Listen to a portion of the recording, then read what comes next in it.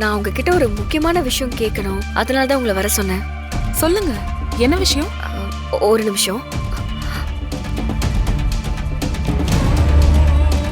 இந்த பொண்ணு பேரு மது. இவங்க உங்களுக்கு தெரியுமா?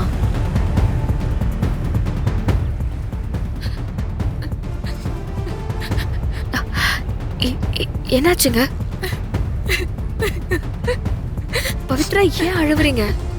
கனியம்மா, இவ என் சொந்த தங்கச்சி, என் கூட பிறந்தவ. ஆனா இப்போ இவ என் கூட இல்ல, இறந்துட்டா.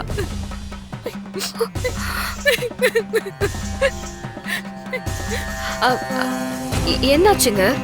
மாறன்னு ஒருத்தன் இவ கூட காலேஜ்ல படிச்சவன். அப்பத்துல இருந்தே இவ அவனை ஒன் சைடா லவ் பண்ணிருக்கா. அவனும் அவளை நம்ப வச்சிருக்கான்.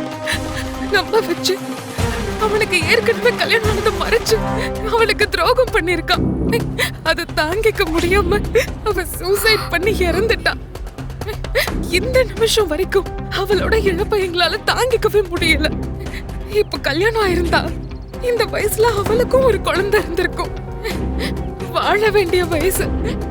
எங்க வீட்டோட செல்ல பொண்ணு. அவளை நாங்க எப்படி எல்லாம் பாத்துக்கிட்டோம் தெரியுமா கனியம்மா? ஆனா விதி அவளை எங்க கிட்ட இருந்து சீக்கிரமாவே பறிச்சிருச்சு. பவித்ரா, உங்க வீட்டுக்காரருக்கு மாறன தெரியுமா? தெரியாம அவனை ரீசெண்டா எங்கயோ பாத்திருக்காரு. அவனை கூண்டோட ஒழிச்சு கட்டணும்னு ரொம்ப கோபமா இருக்காரு. கனியம்மா, நீங்களே சொல்லுங்க, உங்க வீட்ல ஒரு பொண்ணுக்கு ஒருத்தனால இப்படி நடந்திருந்தா நீங்க சும்மா இருப்பீங்களா? உங்ககிட்ட சொல்றதுக்கு என்ன? ஆதி என் சொந்த அத்தை பையன் தான். நான், ஆதி, மது எல்லாருமே ஒரே வீட்ல ஒன்னாதான் வளர்ந்தோம். எங்க அப்பா தான் எங்களை வளர்த்தாரு. ஆதிக்கு மதுனா உயிர். அவளைதான் கல்யாணம் பண்ணணும்னு நினைச்சிட்டு இருந்தாரு. அது தெரியாம நான் அவரை ஒன் சைடா லவ் பண்ணேன். ஆனா மது மாறன விரும்பி இறந்து போனத அவரால தாங்கிக்கவே முடியல. அது மட்டும் இல்லாம அவ சாவுக்கு மாறன் மட்டும் காரணம் இல்ல கனியம்மா. அவரு பொண்டாட்டி அவளும் என் தங்கச்சிய ரொம்ப தப்பா பேசியிருக்கா.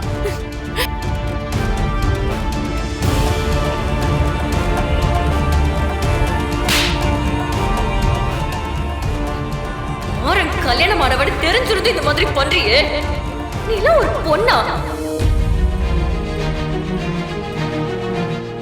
அதுக்கப்புறம் அவ ரூமை விட்டு வெளியே வரவே இல்லை. திடீர்னு ஒரு நாள் கைய அறுத்துக்கிட்டு இறந்துட்டா. அதுக்கப்புறம் தான் ஆதிக்கு என்ன கல்யாணம் பண்ணி வச்சாங்க. அன்னையில இருந்தே ஆதிக்கு மாறன் மேல கோபம் எனக்கும் தான்.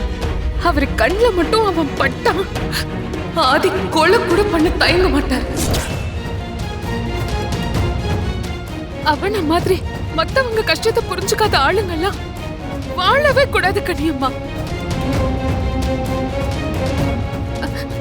நீங்க எதுக்கு இப்ப இதெல்லாம் கேக்குறீங்க?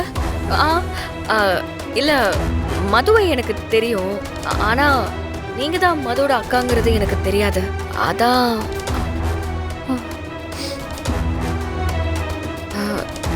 ஏன் பவித்ரா, மாறனை நீங்க பாத்திருக்கீங்களா?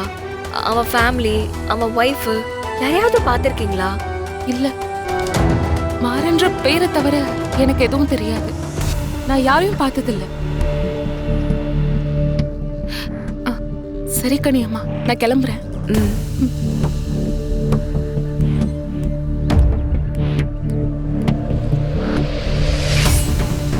அப்போ ஆதி மதுக்காக தான் நம்மள பழி வாங்குறானா? அவனால மாறனுக்கும் ஆபத்து இருக்கு. இது எப்படியாவது சரி பண்ணணும். நான் போயிட்டே இருக்கேன். இனி நான் யாரையும் எந்த கேள்வியும் எப்பவும் கேட்கவே மாட்டேன். என்னடா சொன்ன? என்ன கேட்ட? என்னடா கேட்ட? என்னடா பண்ற? என்னங்க? யார பார்த்து? யார என்னடா கேட்டீங்க? மாமா இடு. வச்சு மாறா கையெடு. தொலைச்சிருவேன். ஏங்க என்ன நினைச்சிட்டு இருக்கீங்க நீங்க? என்ன கேட்க ஆள் இல்லனா ஏன் முன்னாடி என் புருஷன் மேல கை வைக்கிறீங்க? அவர் கேட்டதுல என்னங்க தப்பு? இந்த குடும்பத்துக்காக அவரும் உழைச்சிருக்காரு. இந்த குடும்பத்துல பிறந்தவர் தானே அவரு. அவர் சொத்து கேட்கறதுக்கு எந்த உரிமையும் இல்லையா? உரிமை இல்ல.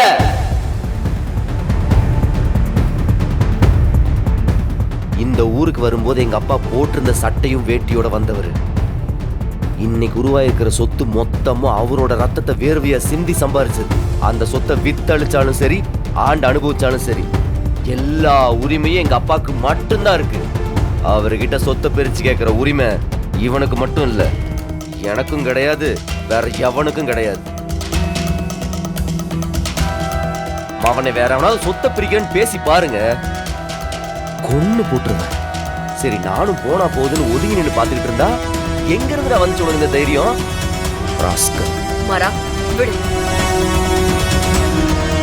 மாறா, என்னடா நீ இதுக்காகலாம் உன் மேல கையை நிட்டுட்டியா? தப்புடா கார்த்தி, நீ பேசுனது தப்பு தானே, நீ அடிச்சதும் தப்பு. 2 பேரும் ஒருத்தருக்கு ஒருத்தர் மன்னிப்பு கேட்டுக்கோங்கடா.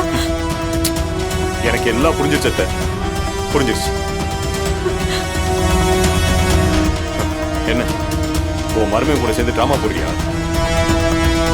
பாத்துக்கிறேன்.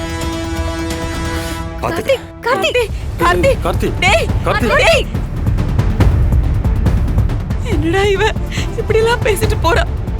ஏன்டா நம்ம குடும்பத்துல இப்படி எல்லாம் நடக்குது? உனக்கு மாறன் மேல லவ் வரல? இதோ நம்ம பாப்பா கனி இருக்கா, அவளை கூட்டிட்டு வரேன். அவ தலை மேல சத்தியம் பண்ணி சொல்லு, நீ மாறனை லவ் பண்ணல. இல்ல போதுமா? சரி, நான் எப்படி அதை நம்புறது? அதுக்கு என்ன பண்ண சொல்ற? முடிவெடு. தெளிவா ஒரு முடிவெடுத்து கரெக்டா ஓபனா டிக்ளேர் பண்ணு. அந்த ஆளு ரிலீஸ் ஆகி வந்ததுதான் பிரச்சனை. முதல்ல அந்த ஆளை இந்த வீட்டை விட்டு வெளியே போக சொல்லு. என்னால அவரை பார்க்கவே முடியலக்கா. நீ சகிச்சுக்கிற, என்னால முடியாதுக்கா. இனி ஒரு நிமிஷம் கூட அந்த ஆள் இங்க இருக்க கூடாது. போ சொல்லு. அது என்னால முடியாது. ஏன் முடியாது?